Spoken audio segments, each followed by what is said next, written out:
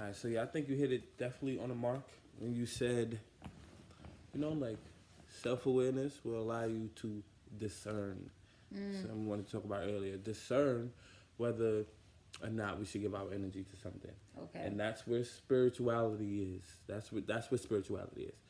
When you kept saying if it don't sit right with me, that is if it is interrupting my spirit. Yeah. If it's interrupting my connection to my spirit. If it's interrupting my connection to my spirit, I'm not going to give it my energy. But I think a lot of us feel that interruption and we act on it in an interrupted way. Okay. So it's just like I'm interrupted and I'm going to now further, extend my energy instead of like. So what do you feel needs to be done at that point of interruption within yourself? I think personally it's habit. Like we have a habit of whatever our habits cause us to do. So like, naturally or spiritually we might want to hold back. But habitually, if you're used to doing, something else, or if you feel, I think a lot of us are broken, or have issues, or have things that we need to heal. So we're not even like we're looking to be fixed, but we don't know how. We don't know how to direct the energy to ourselves. So we kind of literally think that these super conscious conversations or debates or arguments are part of our healing. We're looking to battle within each other, and when we win, we feel like we've conquered something. And then we literally might go home and talk about it for days. And it's prolonging, and then it becomes a meme, and then it becomes, we're extending our pain. It's like, I told you about the open mic I went to, and like, the open mic was like predominantly black people there, and the host, two hosts which were black, were like, what's the solution to all this stuff? We're getting killed by cops, and all this stuff is going on, and Obama ain't doing nothing. This was years ago, and Obama ain't doing nothing, and we're just like suffering, and like nothing's changing, we're still in poverty. People like, we need to live off the grid, and they were throwing out those different types of stuff. But maybe we need to come together and unify. And it's like, there's no real unification. Maybe we need a martyr. And then everyone was like, yeah, we need a martyr. We need somebody to kill, and why we're getting our stuff together. And I'm just like, yo, people are crazy. Like, what's wrong with us? I'm sorry, that's comical though. Yo, it was like literally the consensus. Yeah, it's like everyone was wild. like agreeing. It was like, okay, maybe we need to live off the grid. And it was like, that ain't it. Maybe we need to like, it's like, ain't it. And then maybe we need a martyr. And they were like, yeah, kill someone so we can get our stuff together. And then they didn't even know he was a distraction. I'm just like, yo, y'all crazy. But the reason everyone was so, ready to give their input on that was because we're broken. Most of us who go out to open mics, most of us are broken, and we just want to be around other broken people to share our broken energy with each other and feel healed in the moment, because it's like, oh yeah, I'm not the only one going through something. I think it's like the conscious version of the club. It's the same reason why you go out to the club every fucking weekend.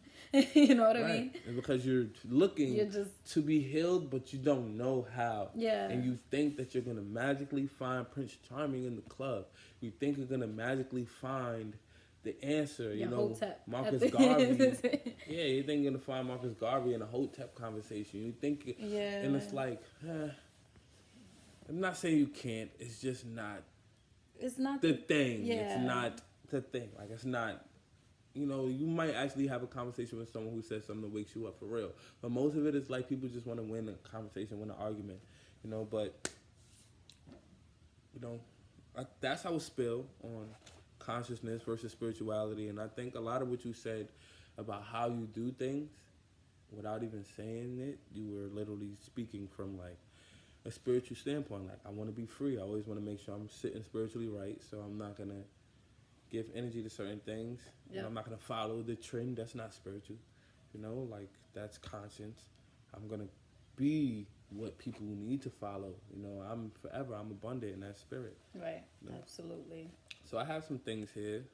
Gifts. So I have the Mouth Book Messages of Uplift to Heal, which is a book of affirmations. So dope. So you kind of write in it and read it. You don't go through it and heal.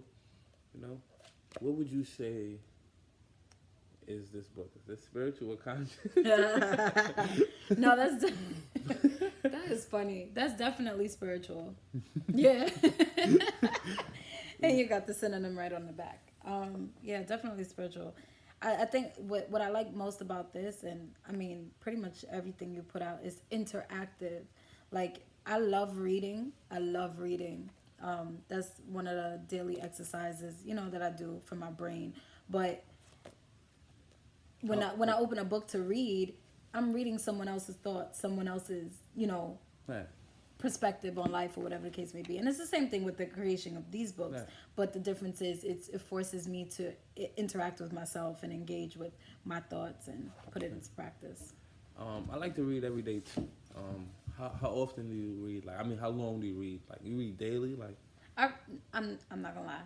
Lately, I haven't been, but usually, yeah, I make it a part of my daily routine. how long do you read? Anywhere between 30 minutes to and at least 30 minutes. Okay. Yeah, that's me too. I like to get 30 minutes a day of reading. I like last year I read 20 books. Like 20 books that was like over like 150 pages or more. And I read other books that were like shorter, but I didn't count those. I read 20 books last year with my like 30 minutes a day plan. And it is really good for the brain. And you mentioned that, like, reading a book, I'm reading someone else's thoughts. But,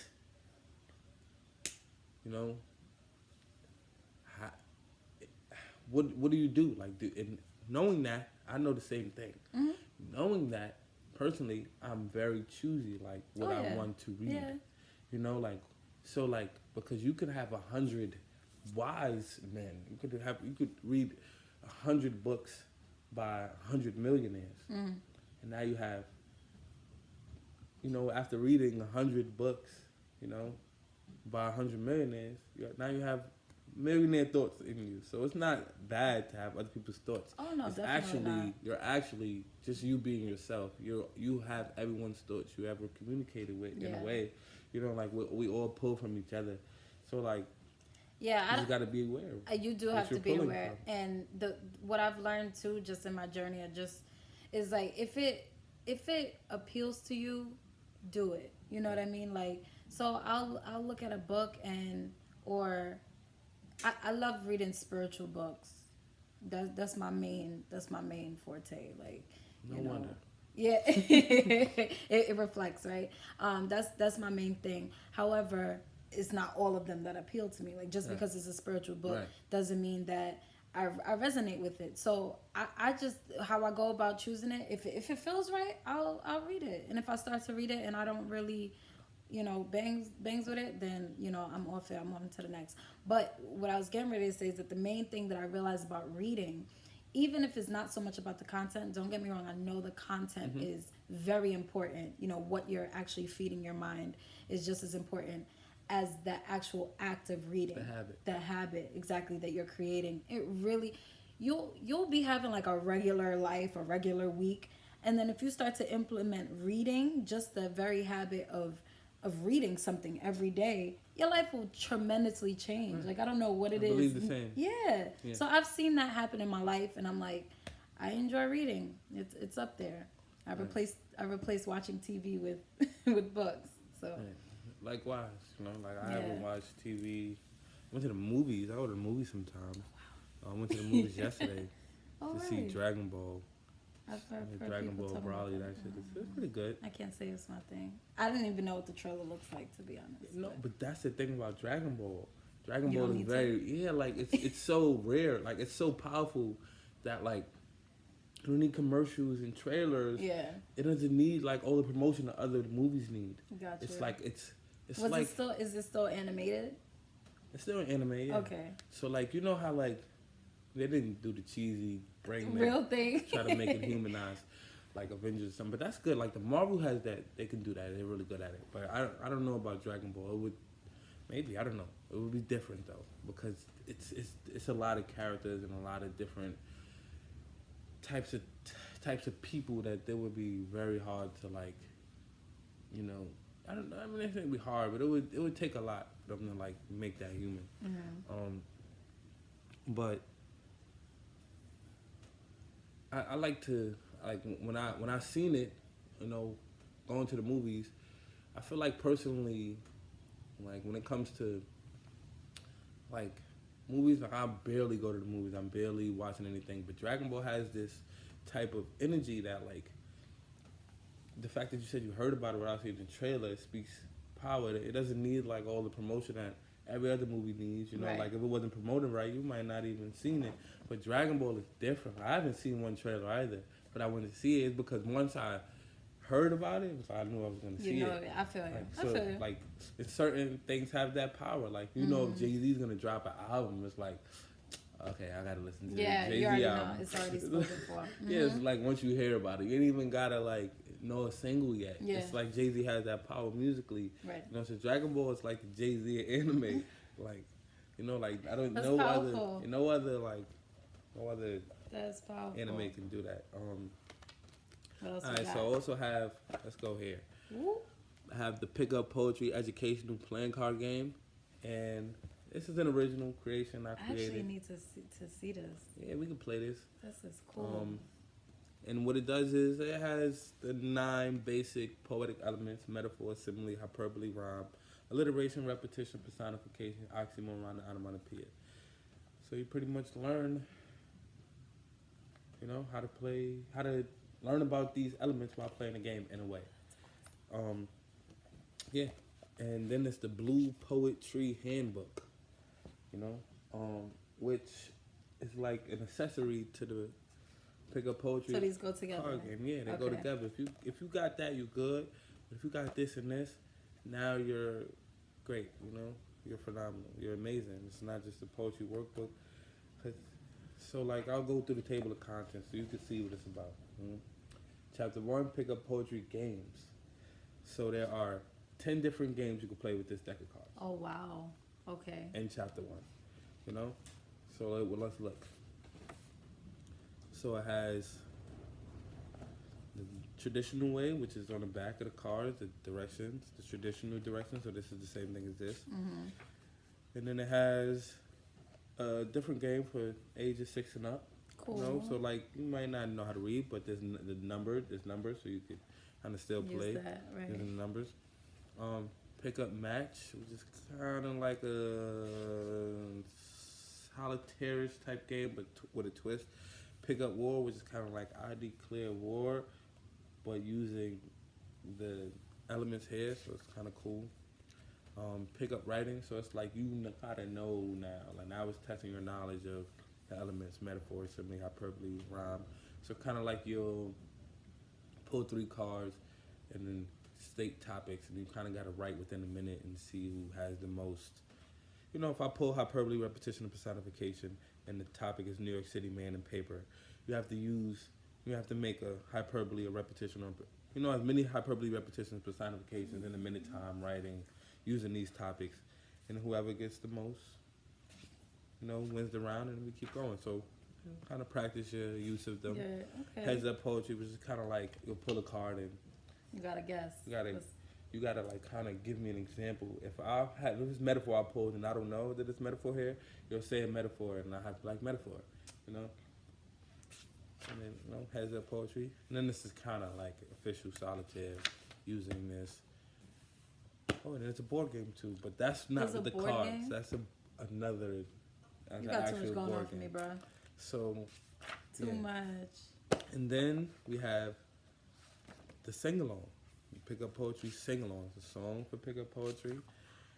And then there's the metaphor chapter. And then there's activities, you know, which is like multiple choice. It explains examples first. First thing we go through examples so you can see. And then there's more examples, but it asks you to kind of like break it down. So now you know how to break it down. Right. Multiple choice. And then make your own examples. You know, and it's a metaphor sing-along. So it's a CD as well. So the album is on iTunes, the BluePoetTree Handbook album. So it has each song that the lyrics is written to a head. So you can kind of like get the book and sing along. Press play on your iTunes and sing along, you know, to the metaphor song, the simile song, do the activities, and learn poetry in an interactive way. That's crazy. You know, so. Do you have you had like kids? Are these in kids' hands yet? The book, nah. The card game, yes. Okay. You know, made the card game in 2017, and I was playing it with index cards. At first, I had to do it. Like the same concept, but but it was like I want to play the game, but you know what I'm saying? How do I create cards? And then I created like the plastic version, you know, so that I could have something, you know. So I wanted to like play it, but I didn't like want to. You know, if I wanted to leave it with you, I literally went to friends' house, played it, and they were like, "Can I keep these index cards?" Oh. You know, and it's like, yeah, that's kind of tacky, like you know, but you can have it and play it, like if you want to play it. But then I was like, how do I make it so that they can like keep it and like it'll be cool, like, you know? So this is business cards inside a Ziploc bag.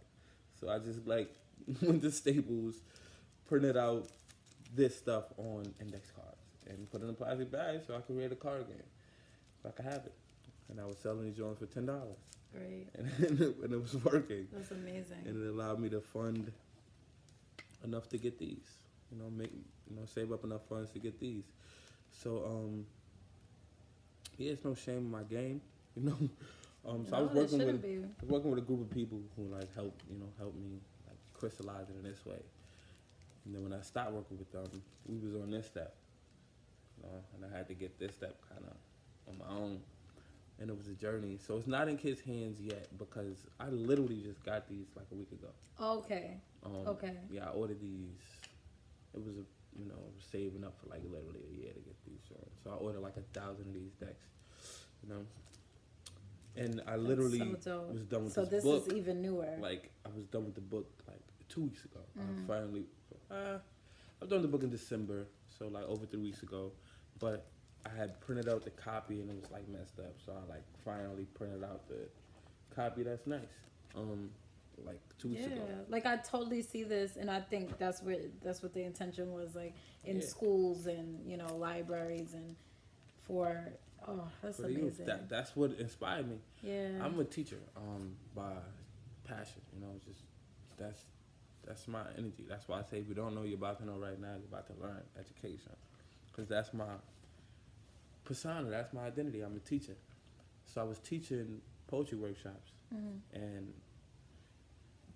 I'm like, this is kind of cool, getting them writing, but like they want to have more. Some fun. Yeah, You know what I'm saying? So I created the board game first, and it was litty.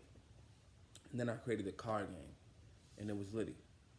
And I wanted to do the board game. I wanted to get the board game in a box and everything, and then I was doing research, and it was expensive. I'm like, let's just do the card game. It's cheap, you know? And then that's when I did this. It was like, it cost me like $200, $300 to get it, you know, some decks.